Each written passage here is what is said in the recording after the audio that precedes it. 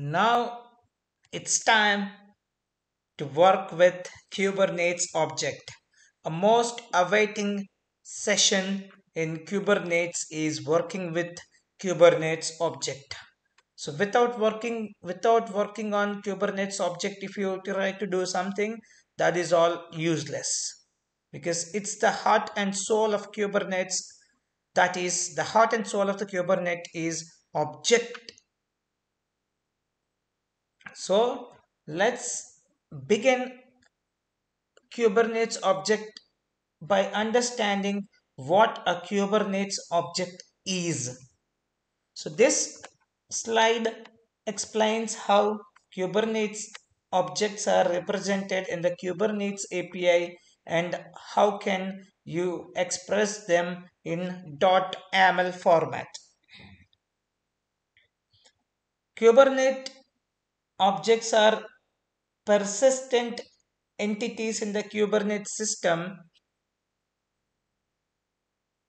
Kubernetes uses these entities to represent the state of your cluster. Specifically, they can describe what containerized applications are running and on which nodes.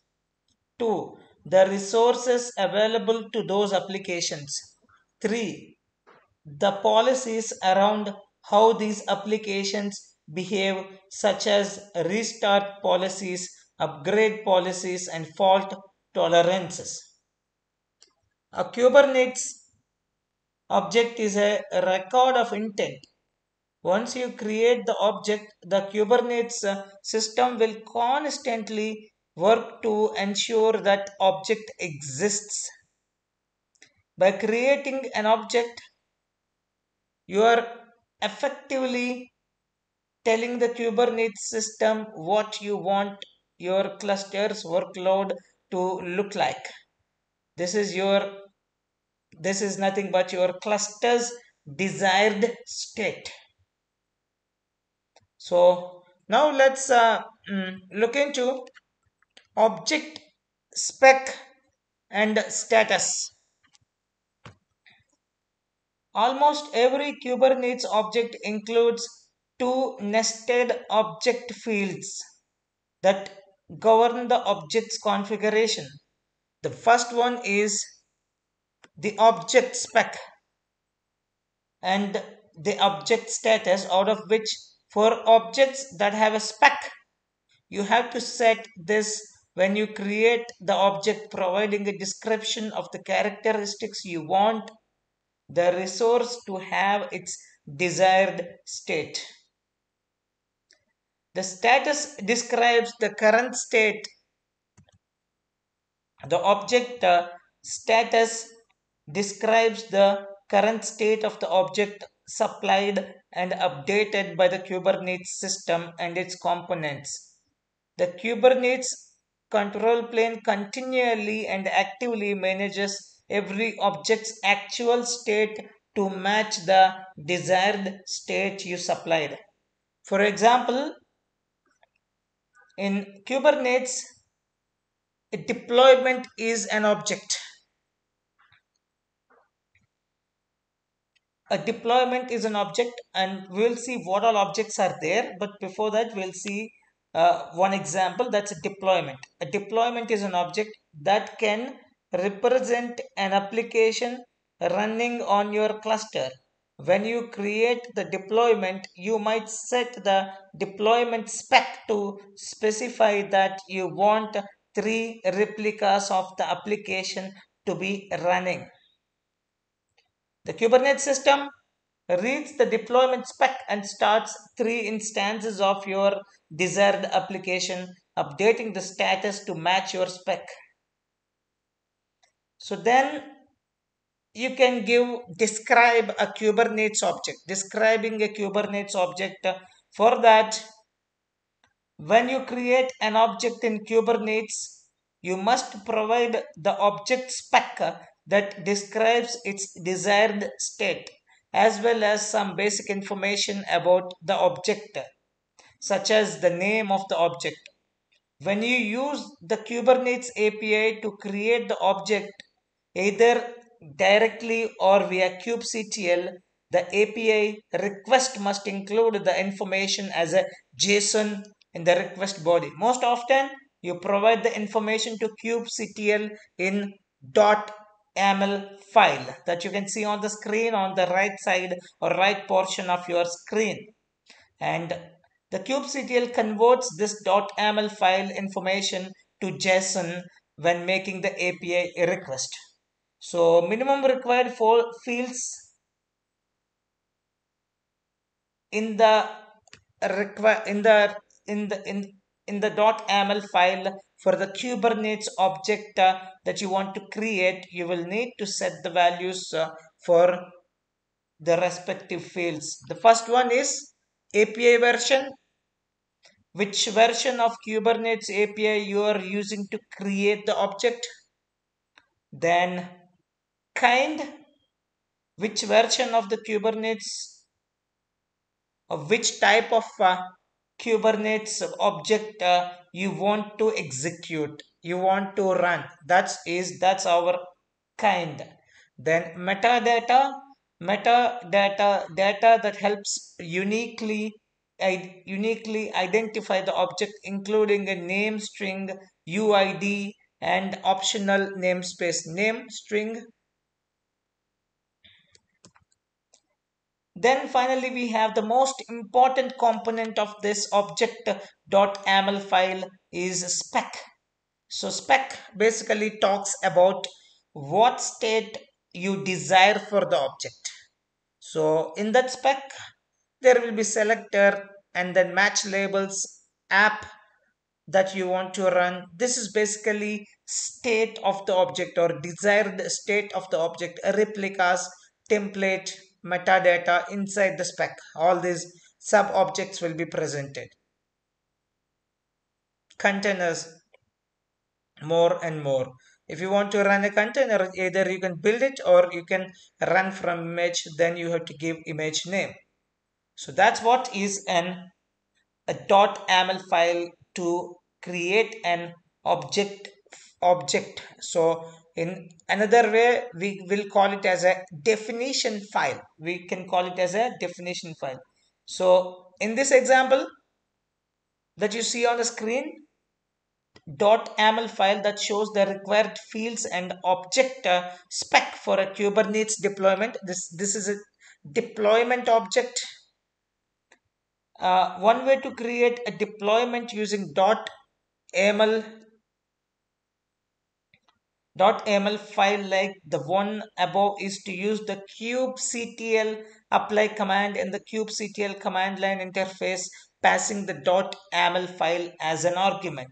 So to do this, to run this deployment, to create this deployment object, so we have to give this command, that is kubectl apply and f option and then forward slash, or here you have to give this application.yaml file as an argument. If you have in a local machine, you can directly give it as a local directory, or if you have somewhere stored in HTTP, so then you have to give the complete URL of the same. So the output you will get it like this: deployment.apps. The deployment object has been created. So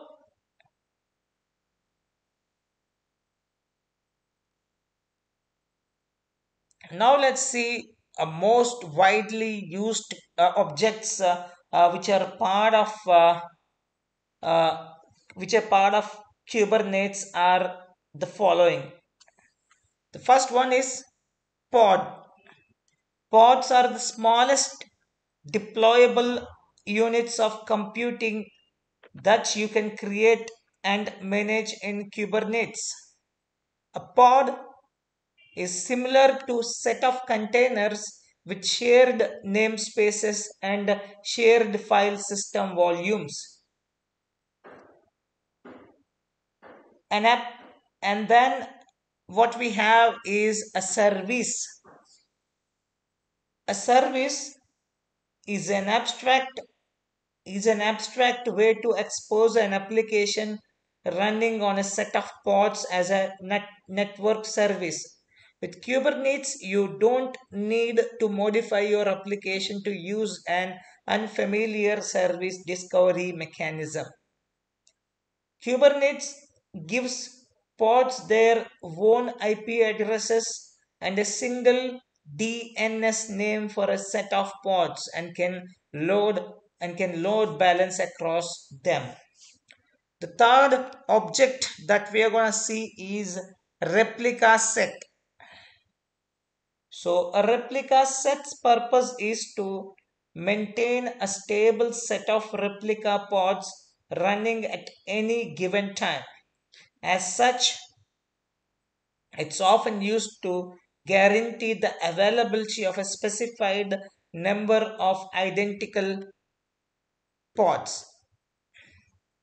Then we have deployment object. A deployment object provides declarative updates for pods and replica sets. You describe a desired state in deployment. We have seen an example in our previous slide also.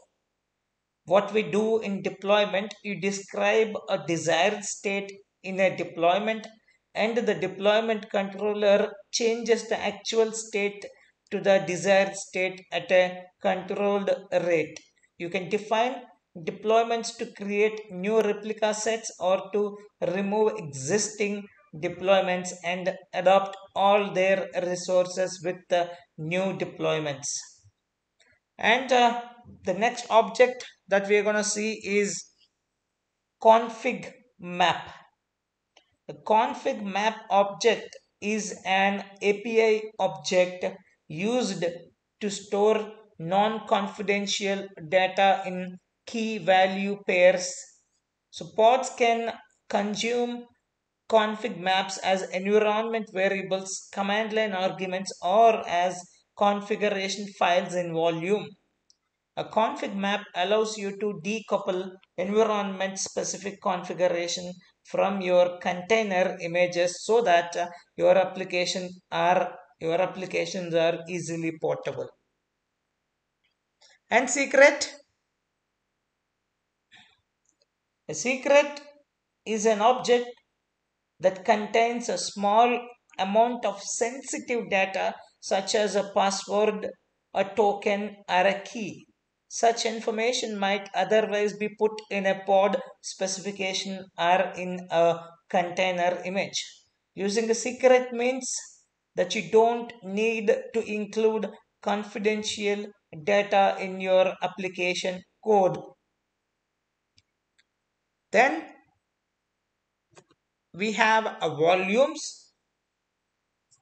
The volumes object on disk files in a container are ephemeral, which presents some problems for non-trivial applications when running in containers. One problem is the loss of files when a container crashes.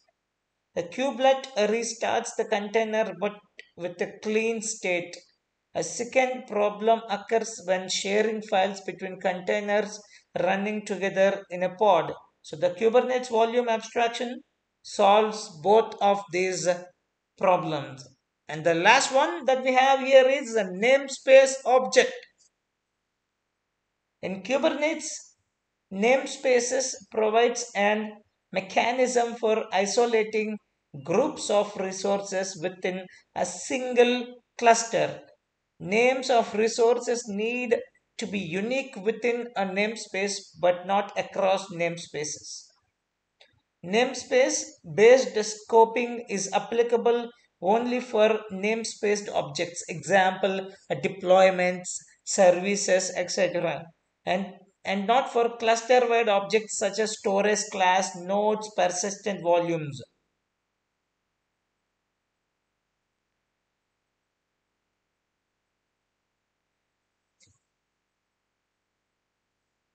Now let's look into object names and IDs also. So each object in your cluster should have a name and that should be unique for the type of that resource. And every Kubernetes object also has a UID that is unique across the whole cluster.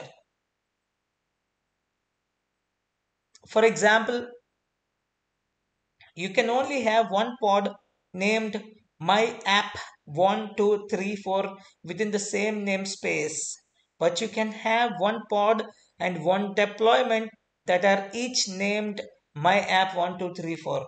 For non-unique user provided attributes, Kubernetes provides labels and annotations. So now names and IDs, again some of the names we are going to see. A client provided string that refers to an object in a resource URL such as /API /v1 /pods, and here you will get the name of that object. Okay, so this is the location, and here at the end you will have that name of the object, and before that what type of object you are using, which resource is that also will be mentioned there.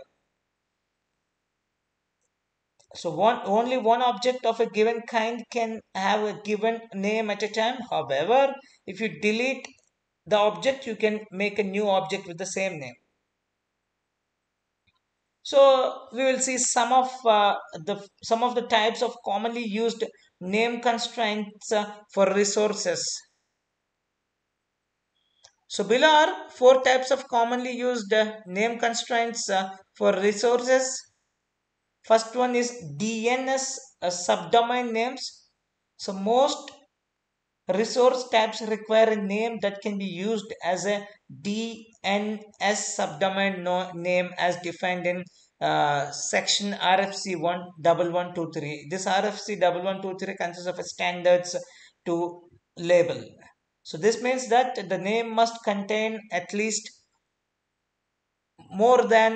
it should contain no more than 253 characters.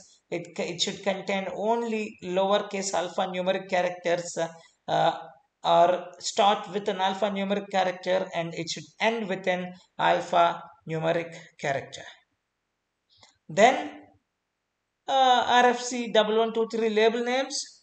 These are some of the basically constraints under which you have to name your object.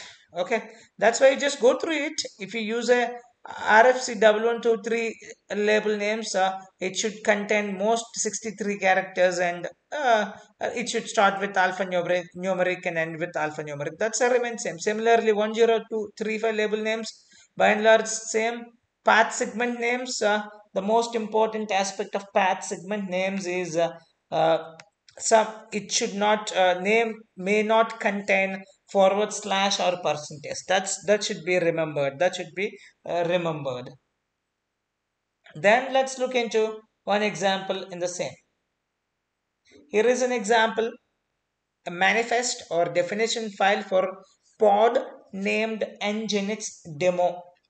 As usual, begins with API version, then we'll go for the kind, then we'll go for the metadata, and metadata consists of a name. See, name. This is what we are talking about. Either of these four constraints, out of which anything can be used, but you should not cross these constraints. If you cross those constraints, error will be thrown. So nginx name, and spec, inside the spec you can see the image also, that's nginx 1.14.2. then we also have a container port which is mapped with 80, which is exposed, the application has been exposed to 80. So then we'll look into UID also. So every object Kubernetes systems generated string to uniquely identify objects. UID is it is generated by Kubernetes, and it is used to uniquely identify objects. Every object created over the whole lifetime of a Kubernetes cluster has a distinct UID. It is intended to distinguish between historical occurrences of similar entities. And Kubernetes UIDs are universally unique identifiers, also known as UUIDs, universally unique IDs, and they are standardized as ISO /IEC 9834 option 8 and also as ITU -T X.667. Now let's look into labels. Labels are key value pairs that are attached to objects such as pods, deployments, services. So these are called labels. For example, a pod labels can be attached to resources at creation time as well as added and modified at any later time. Labels are intended to be used to specify identifying attributes of objects that are meaningful and relevant to users but do not directly imply semantics to the core system. Labels can be used to organize and to select subsets of objects, okay? And labels can be attached to objects at creation time and subsequently added and modified at any time. So each object can have a set of key value labels defined. So each key must be unique for a given object. So now let's look into some of the examples of key value pairs of labels. Here inside the metadata, of course, it's a JSON format. You can do the same with AML format also. So metadata, inside that you have to mention the labels, and then inside that labels you have to give key value pairs as the labels that you want to attach with the specified object or specific object. So here two labels, example labels that we can take is release is one label, and release the value for release is stable, and release canary. So this kind of labels you can have,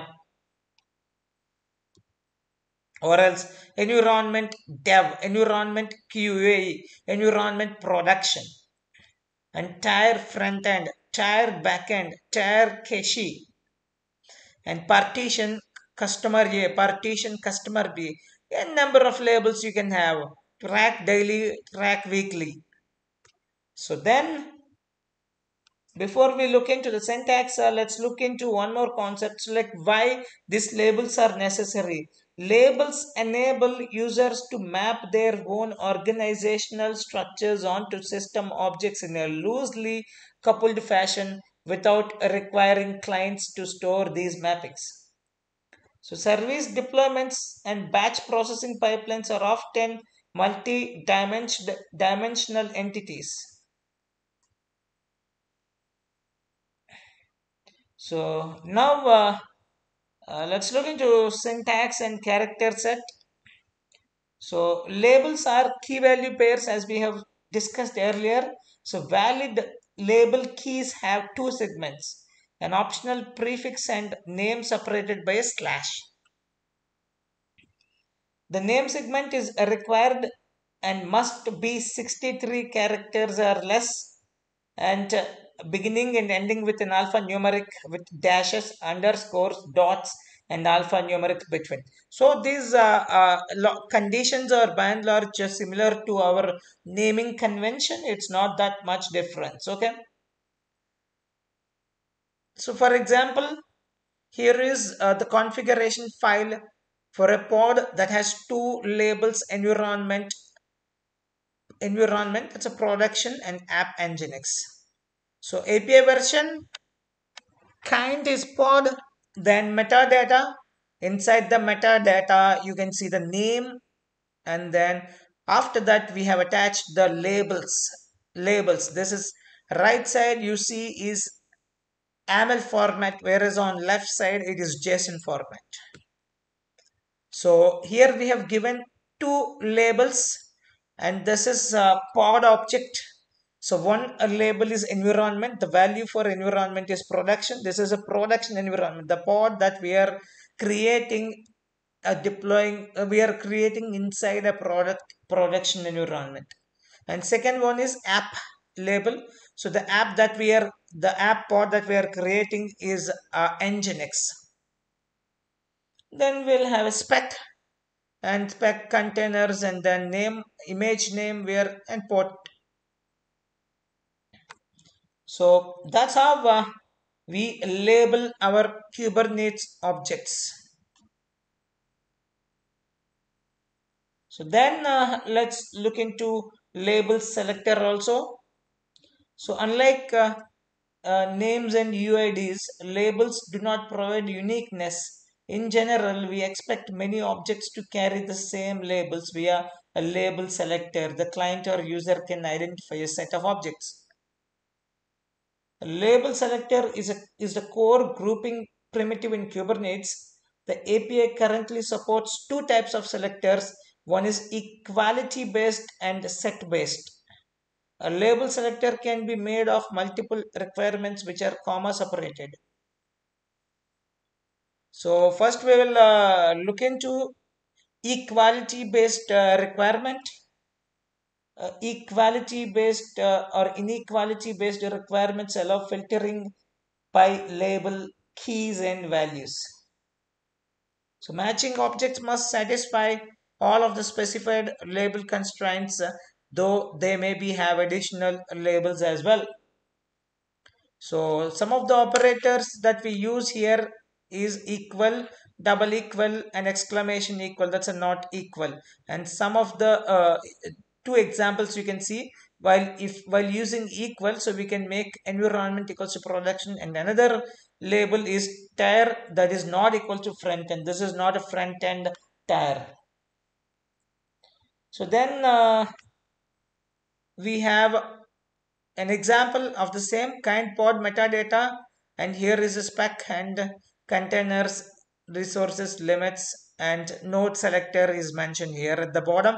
Accelerator accelerator colon NVIDIA Tesla P100. Then we have set based requirement. Set based requirements allow filtering keys according to set of values. Three kinds of operators are supported: in, not in, and exists. So you can see this example: environment in, and these are the values: production and QA. Tire not in, front end and back end, or partition, or just simply not partition. This is another way of basically mentioning the labels. That's called label set based requirements. Then API list and watch filtering. List and watch operations may specify label selectors and to filter the set of objects returned using a query parameter. Both requirements are permitted. So equality based requirements and set based requirements both are permitted in API list and watch filtering. So here you can see one example. Both label selectors can be used to list or watch resources via a REST client. For example, targeting API server with kubectl and using equality based, one may write kubectl. We want to see all the pods, and then this, and forward slash, that's the line continuation. Sorry, backward slash, that's a line continuation. And two labels are mentioned: environment equals to production and tire is equals to front. And these are the two labels are mentioned here. So, or if you want to write the same using set based requirements, you can write kubectl get pods and then environment in, that's production one, and tire in is our front end one.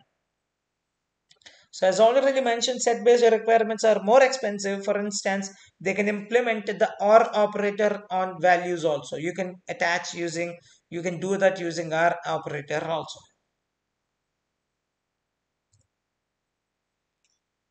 Then we will see Kubernetes Objects annotations. What is annotation? Annotation are, you can use Kubernetes annotations to attach arbitrary non-identifying metadata to objects. So clients such as tools and libraries can retrieve this metadata. So attaching metadata to objects, you can use either labels or annotations to attach metadata to Kubernetes object. So labels can be used to select objects and to find collections of objects and that satisfy certain conditions. In contrast, annotations are not used to identify and select objects.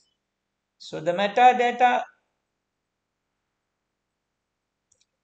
in an annotation can small or large, structured or unstructured, and can include characters not permitted by labels.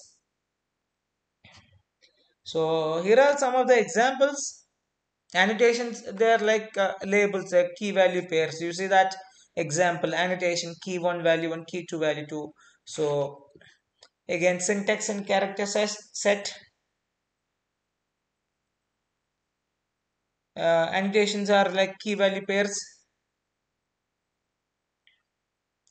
and the conditions under which, the constraints under which you have to mention the uh, annotations are remain same, like similar to label and names. There is nothing much to discuss, we have gone through it earlier. So here is an example, if you want to see. For here is a configuration file for a pod object. This is a pod object definition file that has the annotation. So you see that annotations demo. So image registry you have mentioned, and then after that you have given the value. Then we will look into the final concept of Kubernetes object components. So owners and dependents.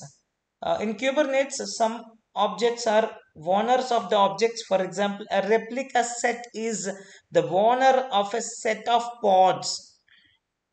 So these owned objects are dependent on their owner. So ownership is different from the labels and the selectors mechanism that some resources also use. For example, consider a service that creates endpoint slice objects. The service uses a label. The service uses those labels to allow the control plane to determine which endpoint slice objects are used for that service. In addition to that, labels, each endpoint slice is that's managed on behalf of a service as a owner reference. Then owner references in object specification. Dependent objects have a metadata dot owner references field that will reference their owner object. And Kubernetes set the value of this field automatically for objects that are dependent of their objects, like replica sets, daemon sets, deployments, jobs and cron jobs, and replicant controllers. Then we have ownership and finalizer. When you tell Kubernetes to delete a resource, the API server allows the managing controller to process and finalizer rules for the resource. So finalizer prevent accidental deletion of resources. Your cluster may still need to function correctly. For example, if you try to delete a persistent volume that is still in use by a pod, the deletion does not happen immediately because the persistent volume has the Kubernetes.io PE protection finalizer on it. Instead, the volume remains in the terminating status until the Kubernetes clears the finalizer, so which only happens after the persistent volume is no longer bound to a pod. So Kubernetes also adds finalizers to an owner resource when you use either foreground or orphan cascading deletion. In foreground deletion, it adds the foreground finalizer so that the controller must delete dependent resources that also have. Now let's wrap up this objects with recommended labels. You can see the following recommended labels. You can visualize and manage Kubernetes objects with more tools than kubectl and the dashboard. A common set of labels allow tools to work interoperably, describing objects in a common manner that all tools can understand. So in addition to supporting tooling, the recommended labels describe applications in a way that can be queried. So metadata is organized around the concept of an application. So Kubernetes is not a platform as a service and it does not have a have or enforce the formal notion of an application. So here share labels and annotations share a common prefix, that is app.kubernetes, and labels without a prefix are private to users. That's how you have to differentiate the public and then private labels. The shared prefix ensures that the shared labels do not interfere with customer user labels. You can say that these are public IO and the name instance version component part of managed by, and this is the key, and these are the description, and here you could see the example, and these are the type string type. To illustrate these labels in action, consider the following stateful act. For that, you have to take this example and see all the labels I mentioned. You can clearly see that all the labels app.kubernetes.io /name is MySQL, instance is MySQL ABC XZ by version 5.7.21 component database part of WordPress managed by Helm.